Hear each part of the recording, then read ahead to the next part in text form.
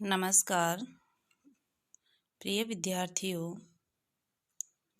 मनुस्मृति के द्वितीय अध्याय का हम अध्ययन कर रहे हैं। आज के वीडियो का विषय है एकादश इंद्रिय, इंद्रिय निग्रह एवं जितेंद्रियता। तो आइए प्रारंभ करते हैं हमारे इस पद्य से। देखिए, एकादश इंद्रिय अर्थात 11 इंद्रिय मनुस्मृति में मनु ने क्या बताई है। तो देखिए, श्रोत्रम त्वक् चक्षुषी जिह्वा नासिका चैव पंचमी पायुपस्थम हस्तपादम वाक् चैव दशमी स्मृता। श्रोत्रम का तात्पर्य होता है कान, त्वक त्वचा, चक्षुषी आँखें, जिह्वा जीभ, नासिका नाक, चैव पंचमी और पांचवी नाक। तो इस प्रकार से कान, त्वचा, आँख, जिह्वा और पांचवी नाक, ये 5 इंद्रियां। इसके पश्चात है पायु उपस्थम, पायु और उपस्थ, हस्तपादम हाथ पैर, वाक् चैव और वाणी, दशमी स्मृता, वाणी को 10वीं इंद्री कहा गया है। इसके पश्चात देखिए कि जो हम बात कर रहे थे एकादश इंद्रिय में, तो 11वीं इंद्री कौन सी है, मनु ने 11वीं इंद्री किसको बताया है, इस विषय में देखिए। बुद्धि इंद्रियाणि पंचैषाम। पहले तो देखिए, जो 10 इंद्रियां बताई है उनमें से 5 ज्ञानेंद्रियां है और 5 कर्म इंद्रियां है। तो ये 5 ज्ञानेंद्रियां कौन कौन सी है उसमें देखिए। बुद्धि इंद्रियाणि अर्थात ज्ञानेंद्रियां। ज्ञानेंद्रियों से तात्पर्य है, देखिए कि हमारे शरीर की जो इंद्रियां हमें बाह्य विषयों का ज्ञान करवाती है उन्हें ज्ञानेंद्रियां कहते हैं। तो बुद्धि इंद्रियाणि जो शब्द आया है यहाँ पे ज्ञानेंद्रियों के लिए आया है। पंच ऐशाम, 5 ऐशाम, इनमें जो हमने 10 इंद्रियां ऊपर पढ़ी उनमें से 5 ज्ञानेंद्रियां है। श्रोत्रादीनि पूर्वश है, श्रोत्र इत्यादि पहले की, श्रोत आदिनी अनुपूर्वश है। देखिए जो पद है श्रोत्रादीनि अर्थात कान इत्यादि।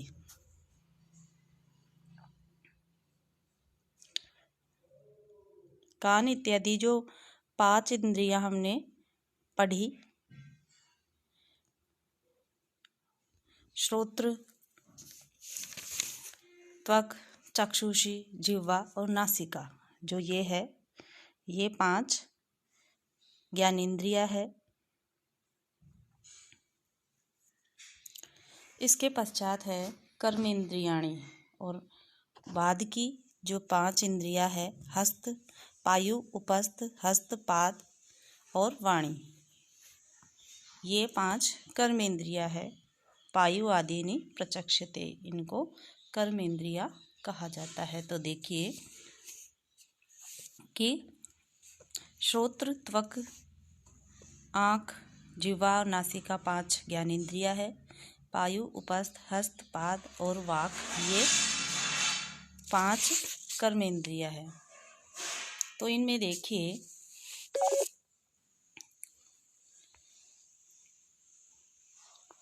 10 इंद्रियों में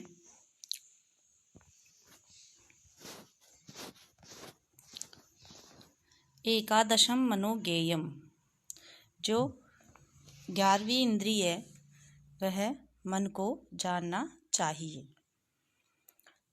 स्वगुणेन उभयात्मकम, वह जो 11वीं इंद्रिय मन है वह स्वगुणेन अपने गुण से अर्थात मन का जो संकल्प विकल्प रूपी ज्ञान है, उभयात्मक दोनों प्रकार का, दोनों प्रकार का संकल्प और विकल्पात्मक जो ज्ञान है होने के कारण मन को 11वीं इंद्रिय कहा गया है।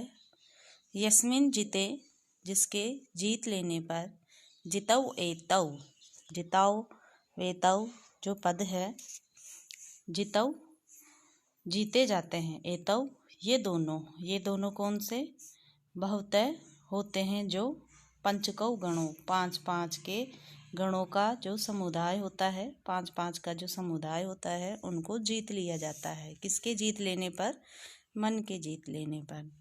तो देखिए कि अपने गुण से उभयात्मक 11वां मन समझना चाहिए, जिसके जीत लेने पर ये दोनों पांच पांच के समुदाय जीत लिए जाते हैं। अथवा 11वां मन जानना चाहिए, क्योंकि वह अपने संकल्प विकल्प रूपी गुण से दोनों प्रकार की इंद्रियों को अपने अपने विषय में प्रवृत्त करता है। इस कारण यदि मन को जीत लिया तो 10 इंद्रियों को जीत लिया गया है, क्योंकि मन ही सभी इंद्रियों का पथ प्रदर्शक कहा गया है।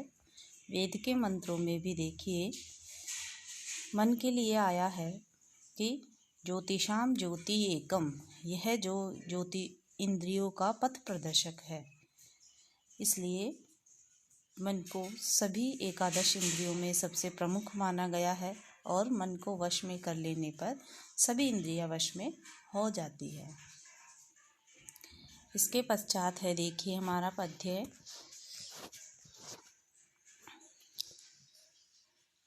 इंद्रियाणाम विचरताम विषयेषु संयमे यत्नमातिष्ठेत विद्वान यन्तेव वाजिनाम।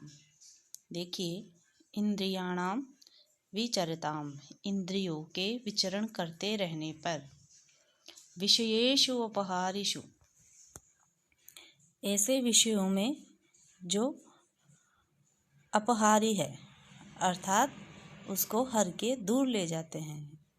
इंद्रियाणाम विचरताम विषयेषु अपहारिषु, की अपहारी विषयों में इंद्रियों के विचरण करते रहने पर।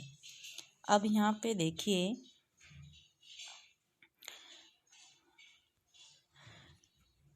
जो पद है हमारा विशेषो उपहारिषु 2 पदों से मिलके बना है।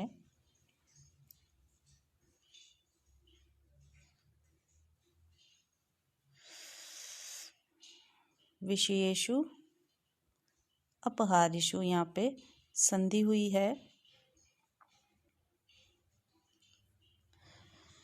यण संधि जैसा कि आपने देख लिया है। तो इंद्रियों के विषय किसे कहे गए हैं, देखिए जो इंद्रियों का कार्य होता है, जैसे आँख का काम है देखना, कान का सुनना, त्वचा का महसूस करना, जो इंद्रियों के कार्य है उन्हीं को इंद्रियों के विषय कहा गया है। तो जो इंद्रियों के जो ये विषय है वह अपहारी बताए गए हैं। किस प्रकार से, देखिए कि जो इनके विषय रूप, रस, गंध, शब्द और स्पर्श है। जैसे आँख का काम है देखना, रूप को देखना, रूप आँख का विषय हो गया, रस जिह्वा का विषय हो गया, गंध नाक का विषय, नासिका का विषय हो गया, शब्द कान का विषय हो गया, स्पर्श त्वचा का विषय हो गया। तो जो ये इंद्रियों के विषय है वह अपहरण करके व्यक्ति को दूर ले जाते हैं। तो संयमे यत्नम आतिष्ठेत, व्यक्ति को क्या करना चाहिए, संयम पूर्वक यत्नम आतिष्ठेत, प्रयत्न पूर्वक आतिष्ठेत व्यक्ति को करना चाहिए। मन को अपने वश में, इंद्रियों को अपने वश में करना चाहिए। विद्वान व्यक्ति को, यंता इव वाजिनाम, यंतेव यंता इव, यहाँ पे यंता इव करके गुण संधि हुई है। देखिए आ और ई मिलके यहाँ पे ए बना है, तो गुण संधि यहाँ पे हुई थी। तो यंता का तात्पर्य है सारथी कि एक अच्छा सारथी वाजिनाम घोड़ों को जिस प्रकार से अपने वश में रखता है, उसी प्रकार से विद्वान व्यक्ति को संयम पूर्वक अपनी इंद्रियों को वश में रखना चाहिए। तो देखिए हमने इस पद्य में जो भाव पढ़ा वो यही है कि जैसे रथ में जोते हुए घोड़ों को सारथी वश में रखता है, वैसे ही मन को हरने वाले विषयों में भ्रमण करने वाली इंद्रियों को विद्वान पुरुष अपने वश में रखने का प्रयत्न करे। इसके पश्चात है देखिए कि जो मन को प्रयत्न पूर्वक अपने वश में रखने की जो बात है वह क्यों कही है, मनुस्मृतिकार ने इसमें भी बताया है। क्योंकि विषयों का अत्यधिक सेवन करने से उनकी जो तृष्णा है वह समाप्त नहीं होती, अपितु दिन प्रतिदिन बढ़ती ही जाती है, उनकी कामना बढ़ती ही जाती है। इसीलिए मनुस्मृतिकार ने ये बात कही कि इंद्रियों को अपने वश में रखना चाहिए। क्योंकि देखिए हमारा पद्य है, न जातु काम है कामानाम, न जातु नहीं कभी, जातु का तात्पर्य है कभी, काम है जो कामना है, इच्छा है, अभिलाषा है, कामानाम इंद्रिय विषयों की जो अभिलाषा है वह उपभोगेन रसास्वाद से न शाम्यति, शांत नहीं होती है। कि जो विषयों को भोगने की जो कामना है उनका भोग निरंतर करते रहने से वह शांत नहीं होती। किस प्रकार से इस बात को उदाहरण देके समझाया है। हविषा जो आहुति है, जो अग्नि में यज्ञ के समय अग्नि में जो घी इत्यादि डाला जाता है, हविष जो डाली जाती है, जो आहुति है वह कृष्ण वर्तमा अग्नि इव, कृष्ण वर्तमेव अग्नि के समान, भूय पुनः फिर एव ही अभिवर्धते बढ़ती है। कि जिस प्रकार से अग्नि में घी डालने पर वह अग्नि और ही प्रज्वलित होती है, कभी शांत नहीं होती, उसी प्रकार से विषयों का भोग करने से कामना कदापि शांत नहीं होती। इसलिए इंद्रियों को एक अच्छे सारथी की तरह अपने वश में रखना चाहिए। और इसका फल भी बताया है मनुस्मृतिकार ने। देखिए, इंद्रियाणाम प्रसंगेन दोषम ऋच्छति असंशयम संनियम्य तु तानि एव ततः सिद्धिम नियच्छति। देखिए कि इंद्रियाणाम प्रसंगेन, इंद्रियों में आसक्ति होने से, इंद्रियों का विषयों के साथ संबंध होने से दोषम ऋच्छति असंशयम जो पद है, देखिए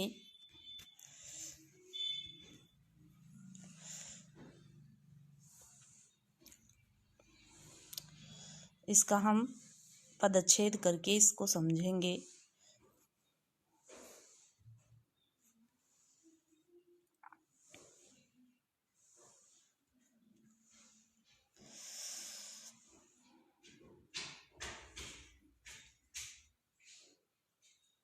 दोषम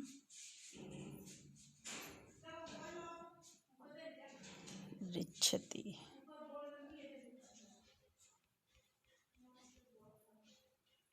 असंशयम निश्चित ही, जिसमें कोई संशय नहीं है। इस प्रकार से दोषम ऋच्छति का तात्पर्य है प्राप्त करता है, दोष प्राप्त करता है। असंशयम निसंदेह ही, तो व्यक्ति निसंदेह ही दोष को प्राप्त करता है इंद्रियों में, इंद्रियों के विषयों में आसक्ति होने से। तो देखिए, तो फिर क्या करना है इस विषय में। देखिए कि संनियम्य तु तानि एव, उन्हीं को नियंत्रित करके ततः सिद्धिम नियच्छति, तब ही सिद्धि को प्राप्त किया जा सकता है। तो इस विषय में हमने इस पद्य में देखा कि इंद्रियों का विषय के साथ संग करने से जीव अवश्य दोष पाता है, परंतु यदि उन इंद्रियों को ही वश में कर ले तो उनके द्वारा मोक्ष प्राप्त कर लेता है। अर्थात उनको ही नियंत्रित करके सिद्धि को प्राप्त किया जा सकता है।